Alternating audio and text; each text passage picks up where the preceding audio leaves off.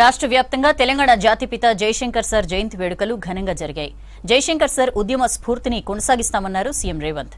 జయశంకర్ అడుగు జాడల్లోనే ఉద్యమించి స్వయం పాలన ఆకాంక్షను నిజం చేసుకున్నామన్నారు మాజీ సీఎం కేసీఆర్. జయశంకర్ సార్ ఆశయ సాధన దిశగా కృషి చేస్తామన్నారు నేతలు.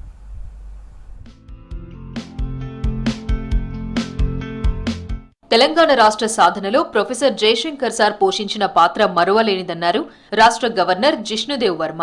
తెలంగాణ సిద్ధాంతకర్తగా, ఉద్యమ స్ఫూర్తి ప్రదాతగా ఆయన ప్రజల గుండెల్లో చిరస్థాయిగా నిలిచిపోయారన్నారు. హైదరాబాద్ రాజ్భవన్లో జయశంకర్ జయంతి కార్యక్రమంలో పాల్గొన్నారు గవర్నర్ జిష్ణుదేవ్ వర్మ.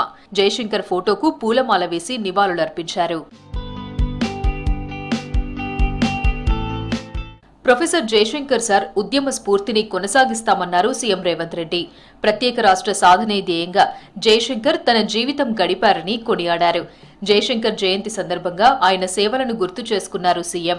గతంలో హైదరాబాద్ రాష్ట్రాన్ని ఆంధ్ర రాష్ట్రంలో విలీనం చేయడాన్ని జయశంకర్ వ్యతిరేకించారని ట్వీట్ చేశారు.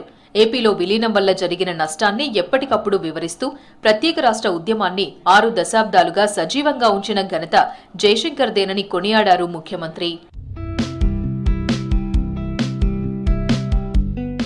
అమరుల త్యాగాల ఫలితమే ప్రత్యేక తెలంగాణ అన్నారు మంత్రి జూపల్లి కృష్ణారావు. రాష్ట్ర సాధన కోసం ప్రాణాలు లెక్క చేయకుండా ఉద్యమం చేసిన వ్యక్తి జయశంకర్ సార్ అని కొనియాడారు. జయశంకర్ జయంతి సందర్భంగా నాగర్ కర్నూలు జిల్లా కొల్లాపూర్లో ఆయన చిత్రపటానికి నివాళులర్పించారు జూపల్లి.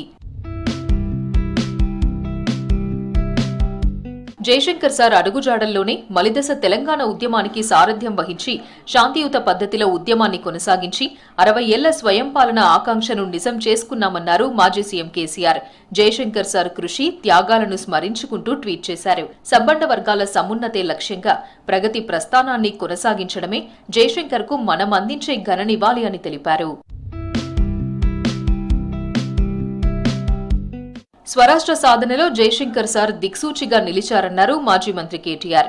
జయశంకర్ స్ఫూర్తి మరచిపోలేనిదని, ఉద్యమ భావజాల వ్యాప్తికి జయశంకర్ చేసిన కృషి అనిర్వచనీయమని కొనియాడారు. రాష్ట్ర సాధన కోసం తన జీవితాన్ని ధారబోసిన సిద్ధాంతకర్త అని ట్వీట్ చేశారు కేటీఆర్.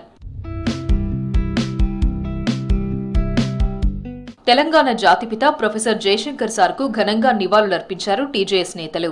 హైదరాబాద్ నాంపల్లిలోని పార్టీ ఆఫీసులో జయశంకర్ ఫోటోకు పూలమాలలు వేసి అంజలి ఘటించారు. తెలంగాణ తొలి మలిదశ ఉద్యమంలో సార్ సేవలను గుర్తు చేసుకున్నారు కోదండరాం.